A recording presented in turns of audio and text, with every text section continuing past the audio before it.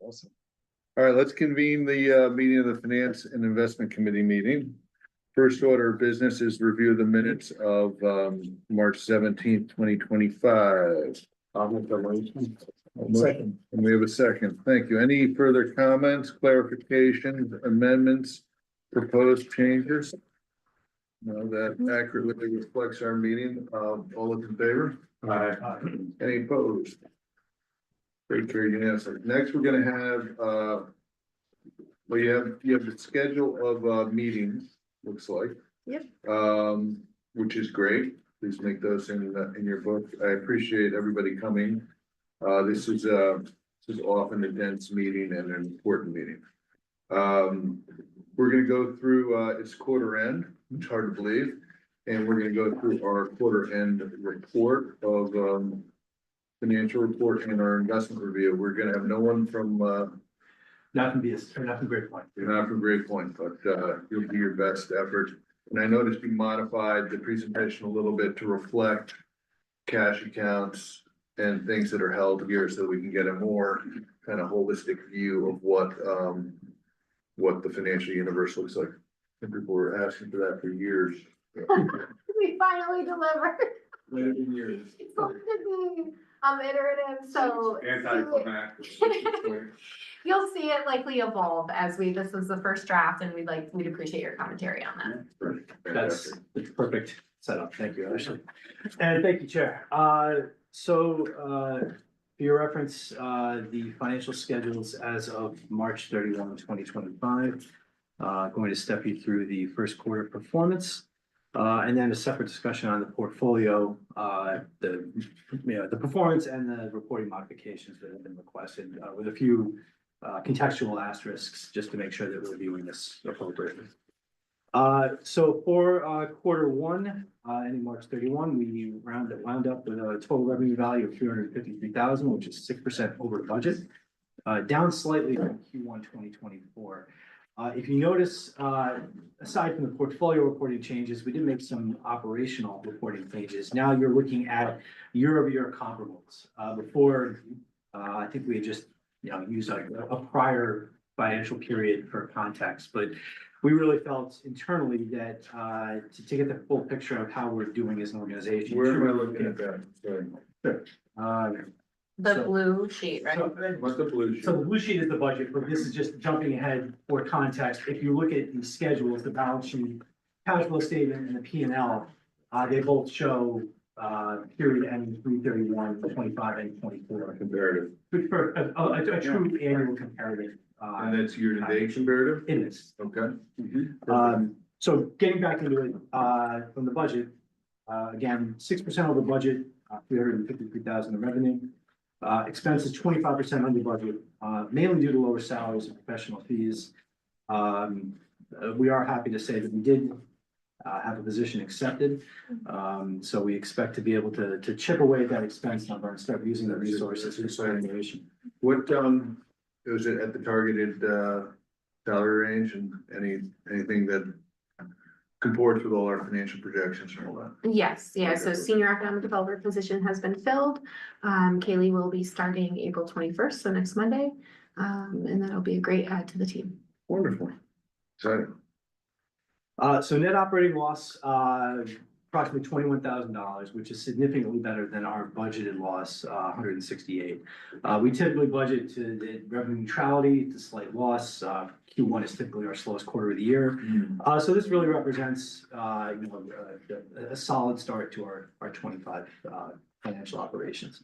And again, once the new hire starts, Q2, the expenses will come back, and we should see this kind of level out as the year goes on. There was the bid stayed longer than we thought. Is that what happened? Yeah, so the bid was, they had sent us their notice of termination of the lease at the end of the calendar year.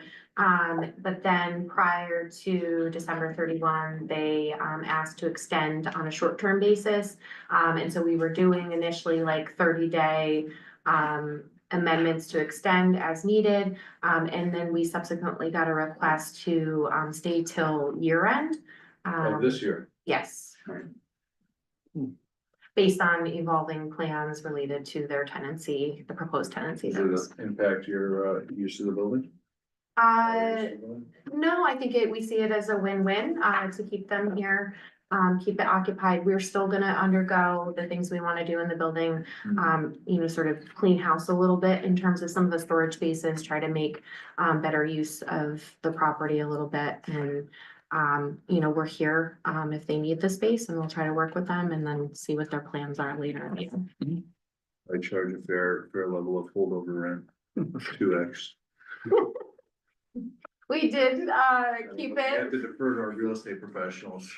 No, I'm just kidding. I think it's great, whatever we can do to support them. They're compatible organizations, similarly minded values and objectives, and collaboration and support is important.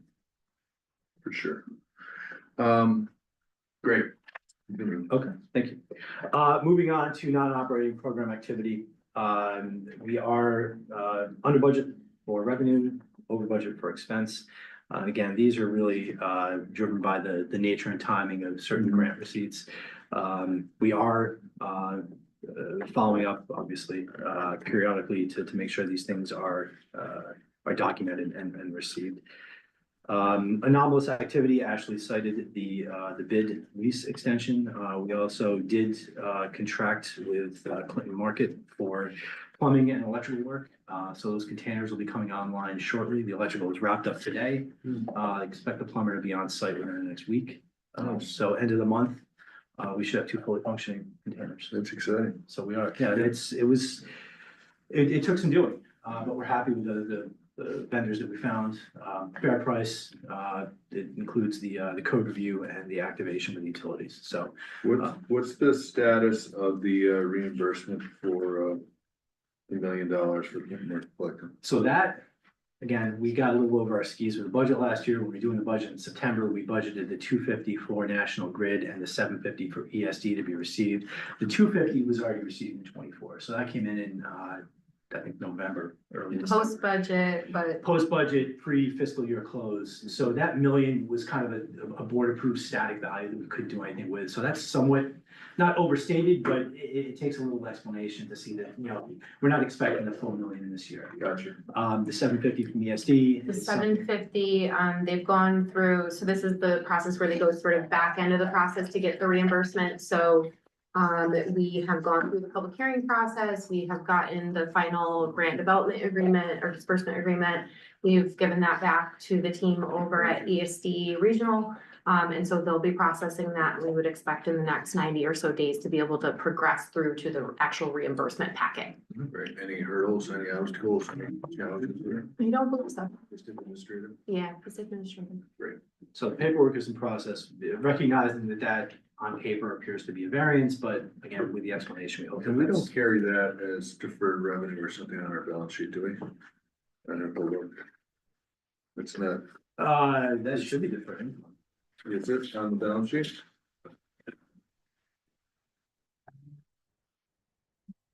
Part of the, Is it granted? part of the 2.3. I mean, we should be carrying this on our name.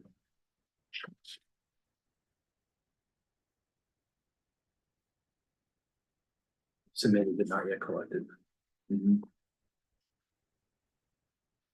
Anyways, okay. Some financial schedule comments. Overall, assets grew slightly at 24.9 million. Liabilities decreased significantly, primarily due to the port bond retirement, the revolving fund balance redeployment, and again, the timing and nature of the grant receipts. Our net position overall, from a year-over-year basis, increased to 21.2 million. And for the quarter, positive operating cash flow of $73,000. Comments, questions, concerns on the financial schedules or performance? What's the status of your review of the kind of the bank relationship specifically around revenue? Are you getting any feedback there that gonna be different than our projections? We have made inroads with bank partners on kind of it's rate reevaluation. With respect to the primary operating accounts, I think that's still in process. Nothing with our existing cash management provider, but again, you know, those discussions. So you don't think whatever interest rates we receive are projected through the year are gonna be materially different from what? Not, Budgets? not materially different. Okay, that's good. But we are optimistic. And we are cognizant that that is we're fiduciaries of the corporation and it's on us to, you know, maximize the return on these accounts and, not happy with the static balances. So we are looking to put those to work, the best we can. Perfect.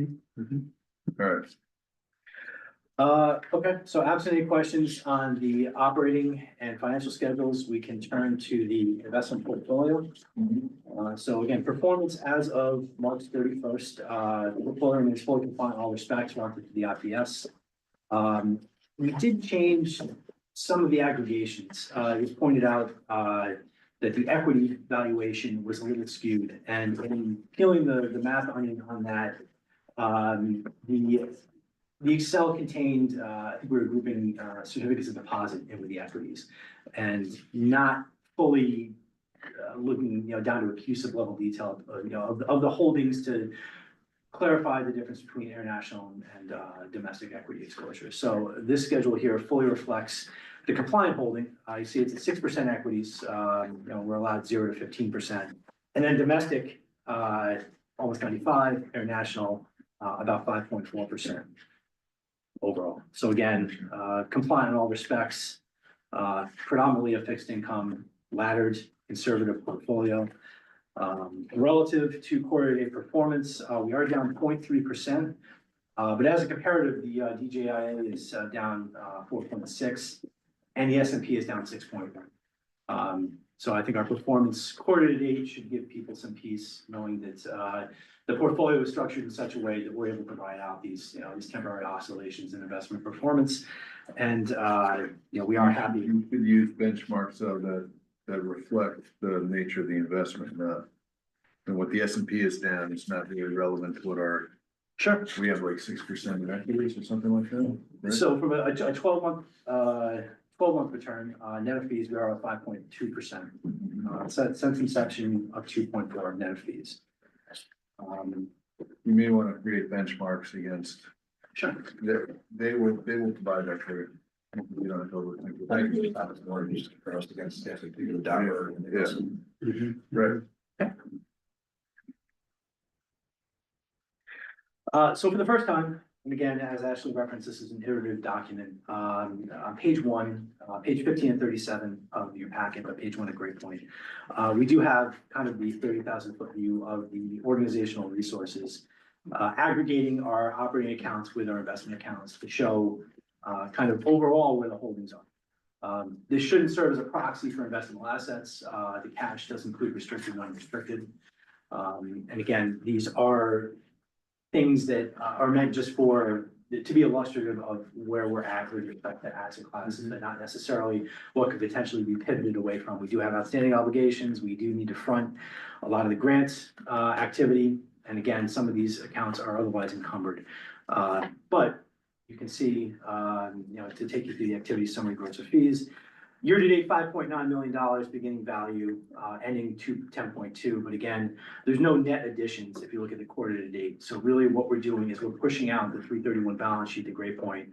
They're folding in our operating accounts to result at that 10.2 million valuation. But again, you can see we are, you know, 95% cash and fixed income, you know, conservative portfolio, 40.8%. Cash and money markets, you know, 54%. Correct, with fixed income, that it seems like you're allocating all the cash that we brought over as fixed income. Well, I mean, I guess it depends on the fixed income, the duration of the holding. I think anything short term, even if it's fixed income, they're classifying it as, you know, would otherwise be cash. That's a fixed income investment. So I think anything treasury related that's under a year falls into the fixed income bucket. And how about all the cash that came over on the operating accounts and CDs or whatever the cash accounts were invested that they kind of blended in? It seems that they got loaded in as fixed income. Can that be cash and cash? So, sorry. jump ahead to, well, the very next page. You've got a breakout of where these balances fall. So you've got, 2.3 in unrestricted cash, $1.8 million in restricted cash. And those are money markets and, yeah, I guess they're just money markets that we brought over. The reserve and liquidity portfolios have a further breakout. So that's $4 million of cash and cash equivalents, but this has 3.2% of, 3.1% of as cash and money market. When you look at the asset allocation by class, Okay. seems like we're mislabeling the cash that came over as fixed income. I can check that. Just check it. I don't know what the rules are. I don't know if there's duration and CDs or something like that, but. And just as a point of clarification, Great Point isn't managing all this, when it says activity summary for the fees, they are not managing the entire 10 million. No, the rest of it's in our operating accounts. This is exactly what I've been asking for. Really? Yeah, because now our equities look relatively conservative as opposed to what we were showing historically. So really, you wanted to see this pie chart. Yeah, And that's really what you wanted. to showing see. that our equities are 5% of our entire asset class, when historically we've been showing like we were at 12% because they were showing the equities as a portion of the 6 million they were managing. They were doing their job. Yeah, they understand. So, right, so with the denominator change, the kind of the percentages are rejiggered to really probably more accurately reflect the organizational resources than necessarily the investable balances. So, but I'm hoping that this, again, as Ashley said, it's iterative. We were kind of up against it with the short quarter and turnaround, so we expect to make this, better with your comments and input. So Good luck. we're optimistic we can do I that. think that was an important note about looking at the fixed income and just making sure, Sure. and just making sure to, reiterate that this is just for internal reporting only. So if that was Right. mislabeled, it's just an internal reporting draft of how we're recognizing this. Everything is compliant with the investment policy. Yes. Perfect. So just some notes on risk and credit quality, heavy allocation to US Treasury investment bonds, low duration, approximately 1.7 years. And we have a diversified, holding base, Amazon, MasterCard, JP Morgan, the alphabet companies, Nike, things What like are they that. thinking about duration at this point? I didn't, Alicia's on vacation. So it's kind of a lesser packet. than- I don't think it's an urgency to it, but it's interesting time. Yeah, if I had my druthers, I would have had to come in April or May rather than January, but so much has changed since their last visit. They would love to come back in and regale us with their thoughts on where the portfolio is headed. Overall, highly liquid and conservative, focused on principal reservation and income. Negative short-term performance due to volatility, but we've got solid year-to-date and strong 12-month gains. We are well positioned for stable income and like it's projectable, portfolio value.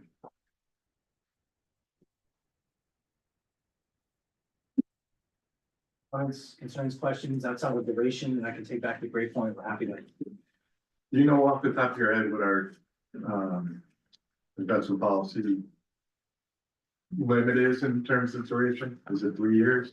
It does say, I think on the memo from, I thought there was a note on there. Actually doesn't have it in there. They're report on that. And then it's. Not actually on the BSD memo, I thought it was. Okay. Yeah, we don't typically track duration. I can take that back. It'd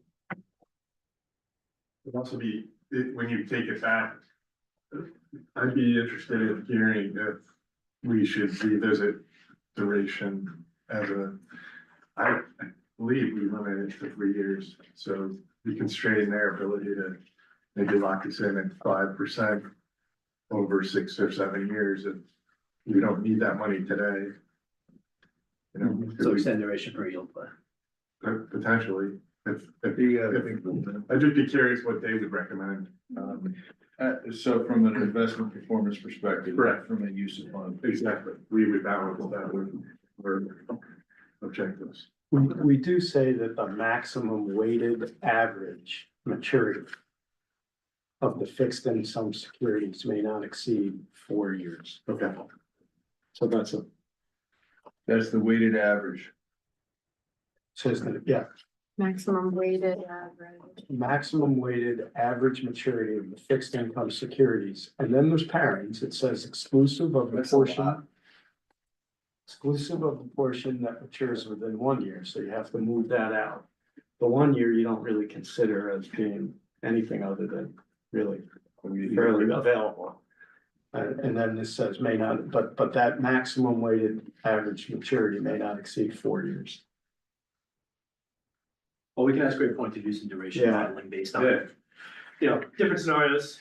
We are, they're in here saying, we think the interest rates have peaked and, you know, we're basically gonna be seeing a downward trend. It's been my experience that if we lock in at a high rate, if we ever need to get out, it's relatively easy to get out and sell those higher yielding investments. Because people will buy it because it's got a better interest rate. At market value. Right, it'll have a better market value than if we're in an increasing interest rate environment. so we are projected for 175,000 on investment income over the next 12 months.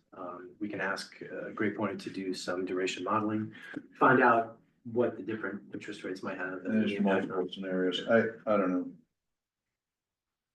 I don't know if we want to take a lot of market risk. No, I'm just curious, just to get their perspective on it. I'm not I agree. suggesting we do No, I anything think that's today. good. All right, what else we got? On this, good point. That's been a Great Point package. Is that it for the quarterly financial report Yes, thank you. and the investment review? Ready? And we don't accept, we don't have a motion on that, it just gets recommended. Just reviewed.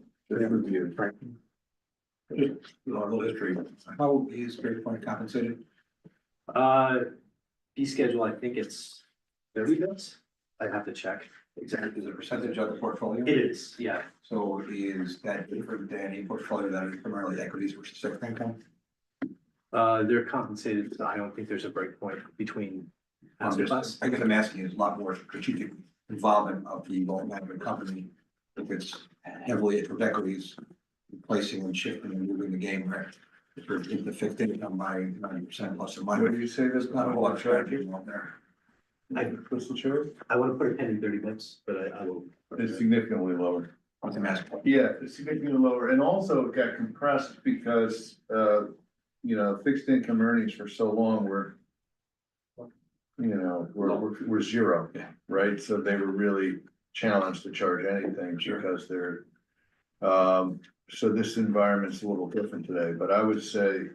From my experience, that's substantially discounted or reduced. It's not like a 0.5, 0.75 is more typical for wealth management. They're a 0.3. Yeah. And it sounds like it is reduced, but just curious because the engagement sounds less for this type of portfolio than would be your equity portfolio. Yeah.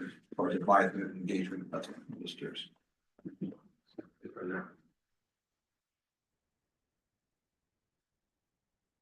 Great. Any other business for consideration, Ashley? No, it's not. So what's the status of, so we're gonna get electric and plumbing to the, what do we call those, sheds, carts, Shipping containers? shipping containers? What's the status of finding operators for that? Is it gonna be episodic based upon event, or is it gonna be a seasonal, or how are we gonna, what are we thinking about that? I think Or is that, that all deferred to our master operator? it is not currently deferred to the master operator. We are working with a number of vendors, one that's probably closest to the ability to occupy that space. And just trying to, you know, Are they expand. thinking they'll be open all the time, or how's it? The one tenant that's interested, I think, it'd be their permanent residency. They do not have a brick and mortar location at this point in time. So on these shipping containers, when I was coming here this morning, the red one, is that one of them? No, the red one is a storage unit that is left there strategically, so when we have furniture and things and vendors need it. Well, we can use that's it. what I was wondering, Yeah. is it like, is it storage or is it? Yeah, it's meant to be a portion of the income stream too, potentially if vendors need to use it, if they have things that they wanna store in there, here and there, we can charge rental fees for that. But it was mainly geared towards if we buy cafe furniture, movable furniture, we can store it in there as needed and have it damaged less over the winter, things like that. Will they get liquor licenses? I think it depends on what their business model is, but they definitely could They pursue can. that there, yeah. It'll depend on, obviously, typically they have to have that home-based location, like a single address, and then from there, that license is based off of that location. Any other issues for other business? Should we go to executive session? Any reason to be in the executive session? An update on We could talk RFPs? about litigation if we. Yeah, let's talk about Small update litigation. on that. Yeah, that'd be nice. All right, so can we get a motion going to executive session? I'll make that The motion. reason would be ongoing litigation. I'm going to litigation. Great, and then a second, right, Jen? Do we get a second? All those in favor? Aye.